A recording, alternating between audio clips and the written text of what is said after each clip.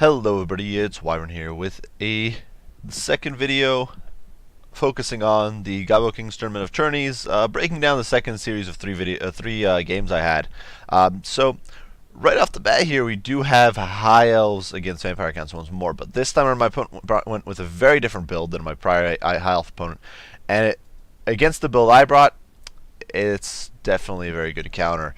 Already we're seeing some pretty brutal stuff with a lot of shooting. And this is something that normally, if you're doing a quick match, this is something you don't really consider as a possibility with Vampire Counts, because Vampire Counts can just bring multiple summoners. You just bring a Necromancer, you bring some sort of second caster, and you can summon so many skeletons that the backline's never really secure. That's not the case here. So I went with my same strat that I brought before. I had Manfred with, except I think drop Spirit Leech this time around, so he just got Invocation of Nehek, Van Hell's Knights Macabre, as well as Raised Dead, 2 Terrorgeists, front line of Cheap Chaff, except for the Königstein Stalkers, as well as the Sternsman, the Mortis Engine, the Claw of Nagash, 2 Spearmen, 2 Bats. So I actually dropped the unit of Bats somewhere in there. Perhaps a bit of a mistake, but regardless. We don't have very much tools to shut down my opponent's build. And my opponent's build here is centered on 3 Sisters of Averlorn. So he's got 1, 2, and 3. They're backed by 2 Nobles as well as Teclis.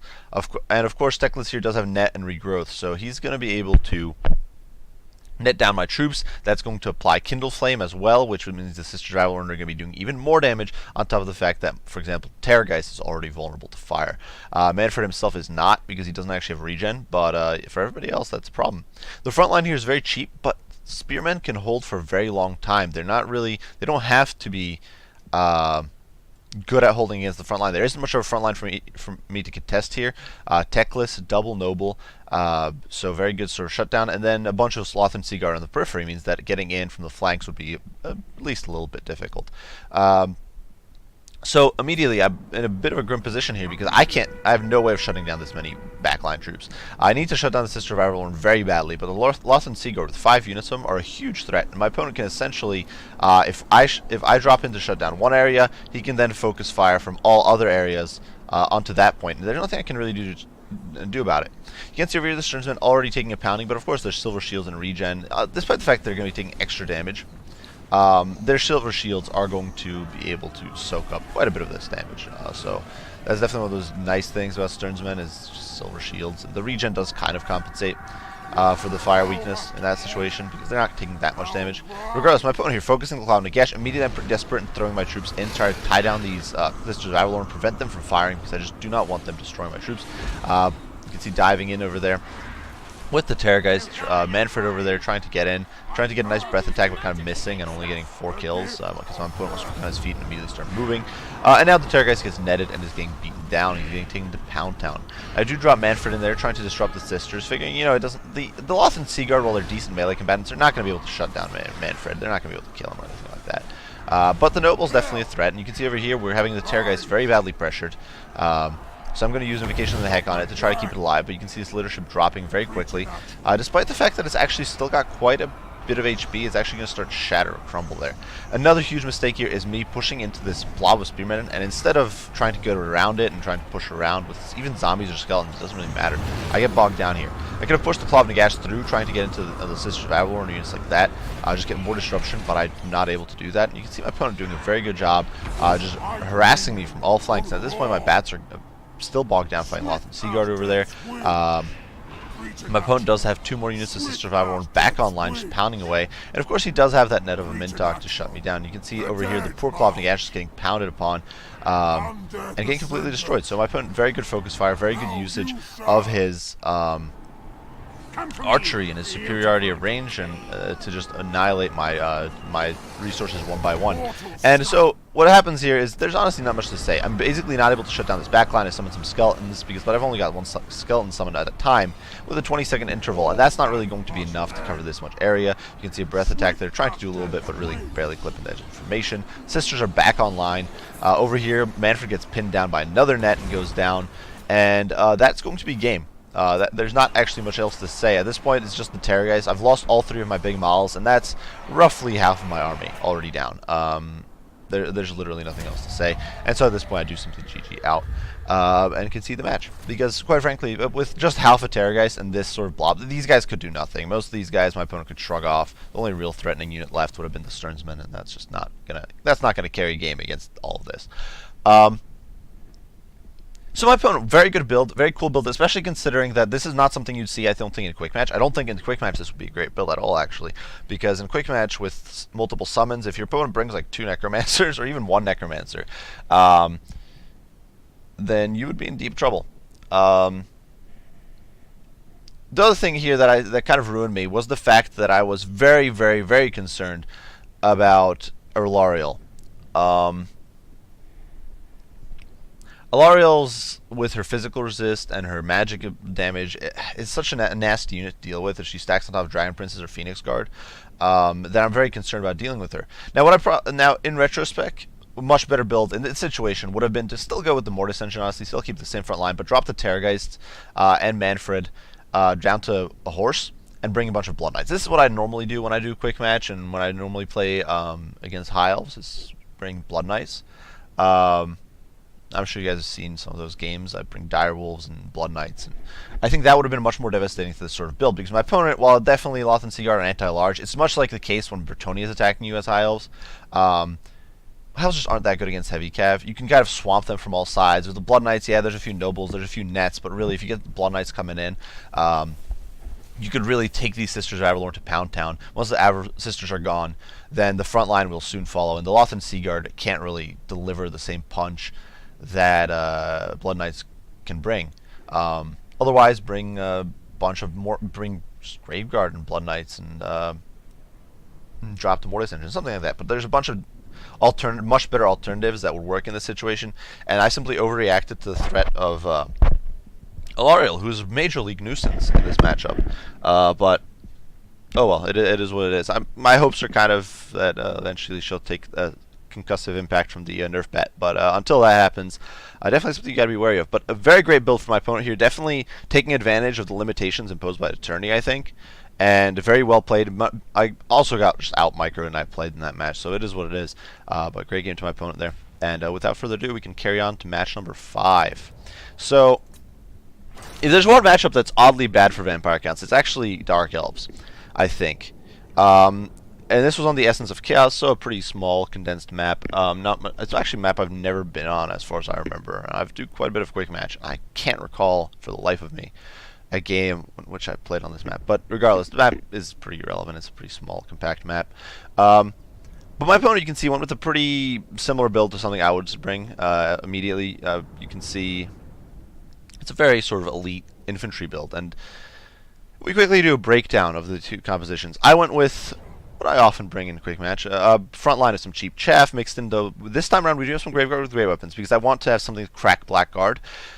I actually find that Blackguard is tougher to crack than Chosen with Halberds. The reason being that Blackguard has immediate psychology, so they don't have a tendency. You can't really terror out them as easily. They've got much better leadership. They've even got better leadership, actually, as well. I also do have the Stearnsman, so a much more elite front line than before, though it's still not elite by any means. The Claw of Nagash in the center to drain HP, of course. Manfred von Karstein with Spirit Leech, with Invocation of Nahek, Van Hell's Dance Macabre, as well as Raised Dead. And then out on the peripheries, we do have Dire Pack, Blood Knights, Direwolves, and more Blood Knights. So a look into Cycle Charge and collapse my opponent's flanks. But my opponent went with a bit of a rolling bunker sort of formation. And this is really the biggest threat here, the Sisters of the Singing Doom. You might be wondering why Sisters? Well, the thing is, Witch Elves cause Rampage. And the way Rampage works in this game is that it reprocs every time a unit loses 25% HP. Now, that is an incredibly big problem. Why, you may ask? Well, because undead units can't rout, and if you get them into a bad matchup, they will probably be losing 25 HP in those 45 seconds Rampage endures. So you're just going to be caught in a perpetual Rampage. So that is one huge threat. You really need to take Sisters of Singing Doom offline as quickly as possible. The rest of my opponent's build, I definitely think very solid. He's got a bunch of Blackguard here. He's got some Dread Spears, which are just chaff to hold up the front line. Marathi, a Sorcerers of Beasts, the Blaze of the Blood Queen, and a Charybdis. He also does have a Death Hag, and this is another cool combo. Marathi, she doesn't bring too many spells. She's got Wand of Kraydon, she's got Soul Stealer, Soul Blight, whatever. But Death Hag and Marathi both bring combined debuffs. You've got Enchanting Beauty, which is -9 melee attack.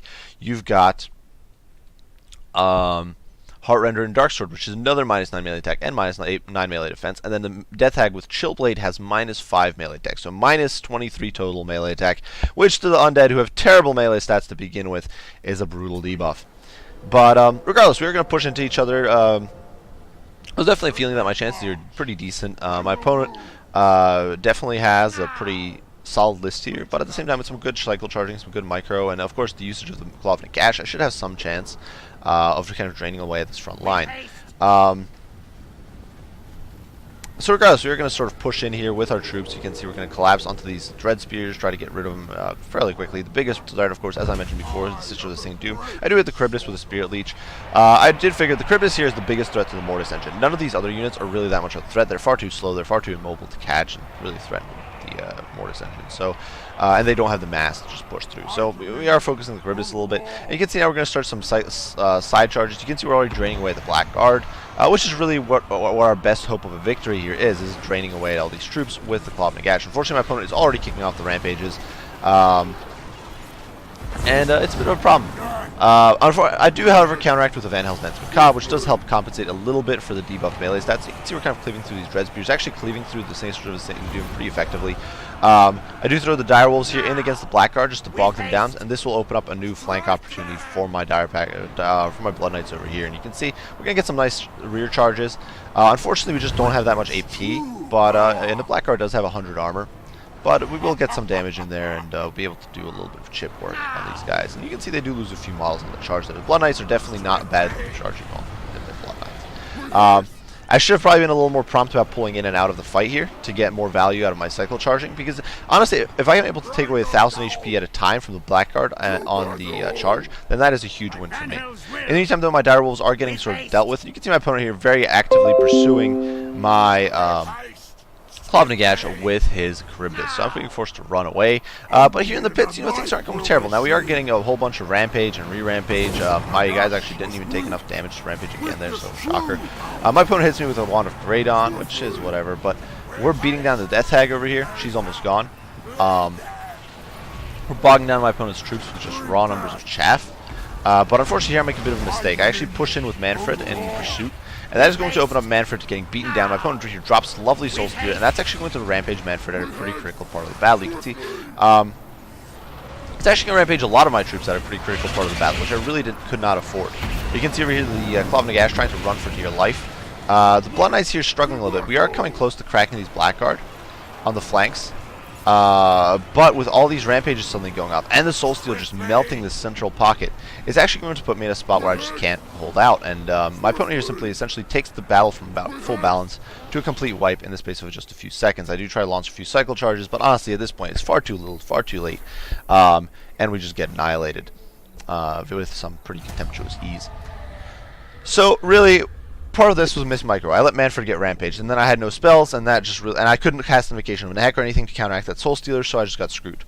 Part of it is just that the interaction with Witch Elves is horrible for Undead. I don't know if that's going to get changed ever. I think my biggest mistake there was bringing 2 Graveyard with Ray Weapons. I honestly probably should have just given up that fight entirely, maybe brought an extra unit of Tithe and some extra Chaff, and then crammed in an extra unit of Knights, and some sort of recharging unit.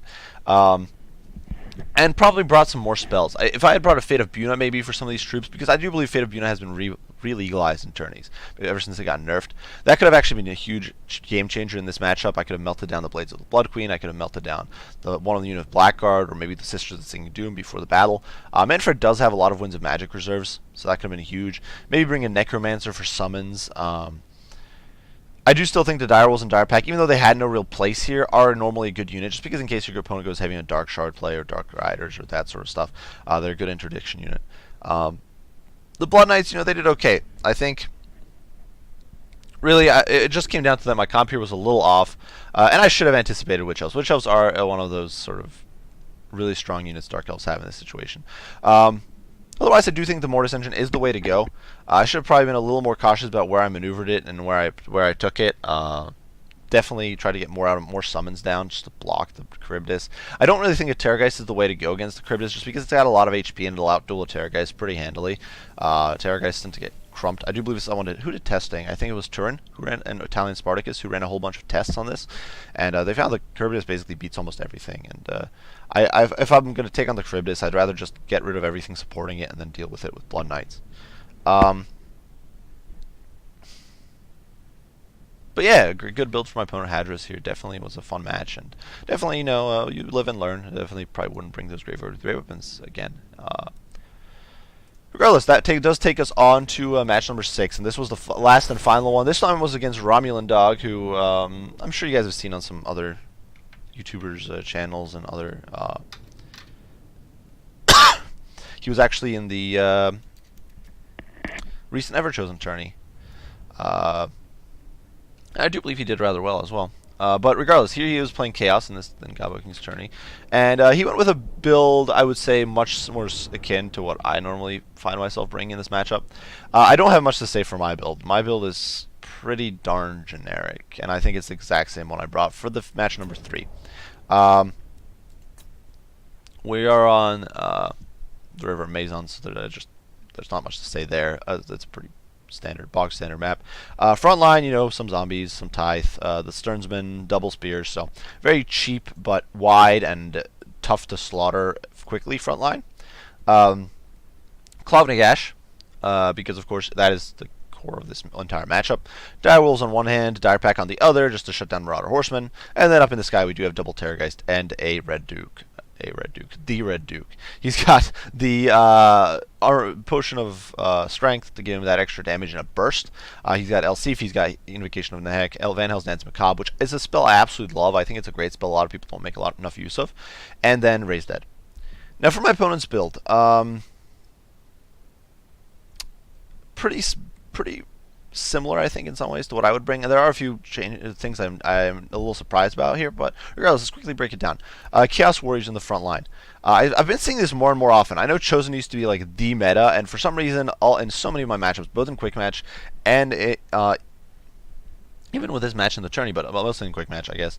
I've been seeing more and more people going with Chaos Warriors with Halberds, sometimes even Chaos Marauders and this cheap infantry. And I don't know why. I'm not sure if there's something behind it. If anyone knows why you would do that, be sure to let me know. I'm not entirely sure why, but regardless, my opponent, that's what Romulan Dog went with here. He brought Chaos Warriors with Halberds and Chaos Warriors with Great Weapons. So I think due to the reason he has great weapons here is because of limitations on how many units of a certain type you're allowed to bring. I think you're not allowed to bring more than like 3 maybe Chaos Warriors with Halberds. I could be wrong there. I didn't exactly check the rules for Chaos because I was playing Vampire counts, and Chaos didn't even come up on my in my thoughts for what faction I was going to play. He did bring Kolek Sun Eater for his Lord, so he's got Lord of the Storm and Foe Seeker. He does have a Dragon Ogre Shaggoth, which is once again both very solid. Surprisingly, Lord of Death, but Spirit Leech is also a good single model killer spell, and unlike Fireball, it isn't really dependent on some element of luck. He also does have a Scroll of Shielding, and you can see here back here the Swords of Chaos, who of course are a good guardian unit to protect Kolek. Though personally, I think given that they're pretty expensive, you'd be better served with perhaps some different unit. But you know, they do give you some punch. They've got fire damage. Yeah, they're pretty potent. And finally, here in the trees, he does have some Marauder Horsemasters who I think are a great pick in this matchup. They definitely can do a lot of chip damage. They should definitely be able to work down the Cloud Nagash if they get their claws on it or their spears on it. So regardless, we both have very offensive armies, so we're pushing in towards each other. My opponent here actually takes a great advantage of a misplay on my part, or a mispositioning on my part. My Dire Wolves, you can see, just sitting around doing nothing. He's going to charge out and meet them head on with his Marauder Horsemasters. I barely get my charge off. I don't even think it was the full charge. But the thing is, Marauder Horsemasters, if we could quickly glance over their stats, my opponent here put a Chevron into them. So they've got 27 melee attack, 27 melee defense, weapon strength of 26, and charge bonus of 30. Compared to this, the Hounds only have 14 melee defense, 22 weapon strength, 24 charge bonus. They're actually much weaker across the board. Plus, they have no armor, whereas the Marauder Horsemasters actually have 50 armor. To be quite honest, I think that's part of the reason why Marauder Horsemasters are amazing in this matchup. Even against Dire Pack, which they'll lose in that situation, they can still lay a smackdown. Especially if you pincer the Dire Pack, you can beat them down and potentially not lose a single unit or single overall unit of Marauder Horsemasters.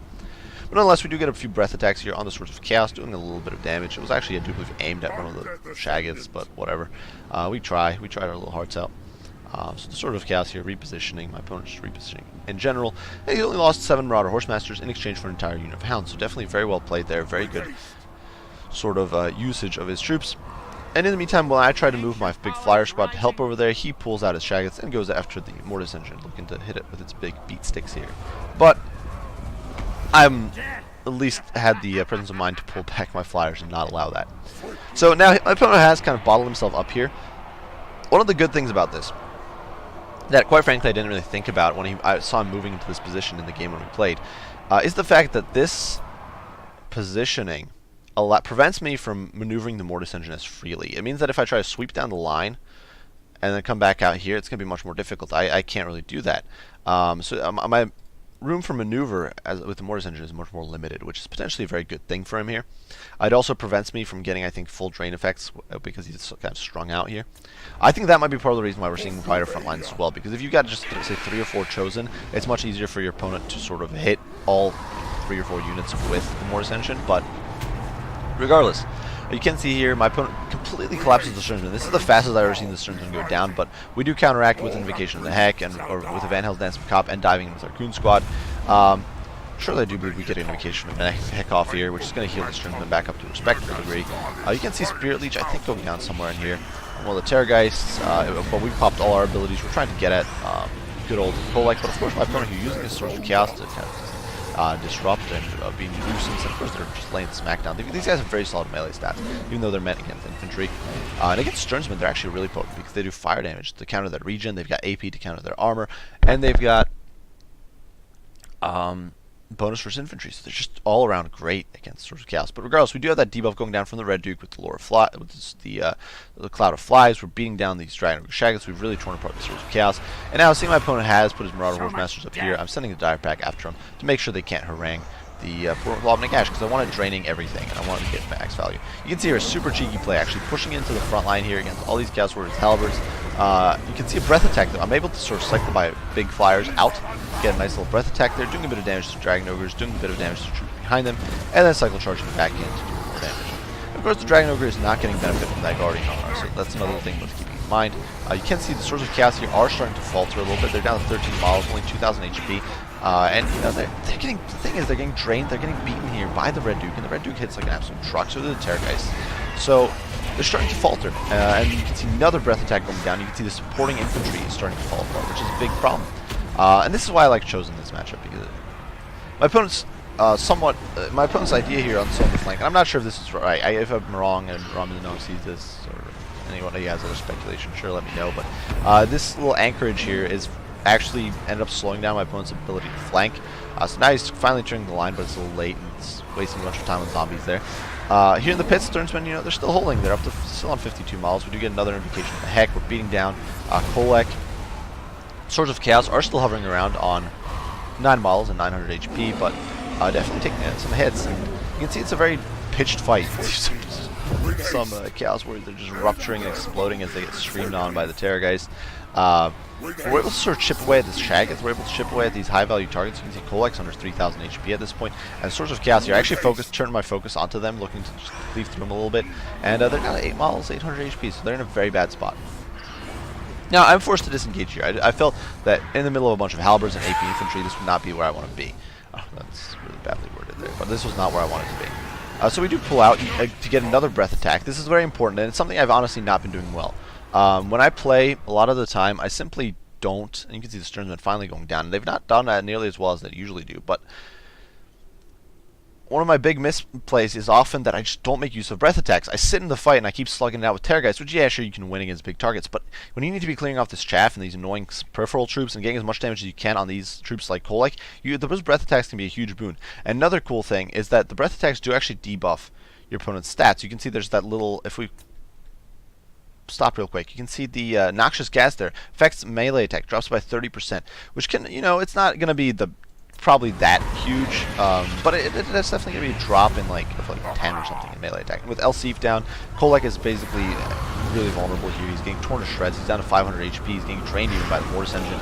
He's running for dear life, but he's basically gone right now. My opponent here did manage to make it a trade. He managed to take down the Terrorgeist, but the thing is, a Lord for a Terrorgeist is an acceptable loss, especially with the fact that that Lord is one of his only counters to my Mortis Engine. Over here in the pits, you can see the Marauder Horsemasters, who kited my Dire Pack for an eternity, are now losing to the Dire Pack finally in close quarters, but they did a monstrous job here on the Dire Pack. So you can see that massive value out of the Horsemasters there. They easily paid for themselves in this game. They just weren't doing what they needed to be, which was killing the Gobbo Gash.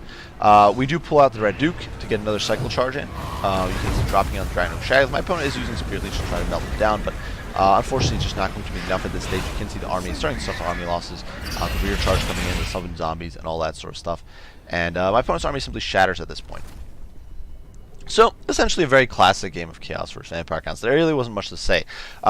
It centered around killing the Mortis Engine, but my opponent got very focused, I think, on trying to kill my Monstrous Troops. Perhaps realizing also that the Monstrous Troops would be preventing him from getting at the Mortis Engine. I think really Romulan's biggest problem here with his composition was the fact that he focused on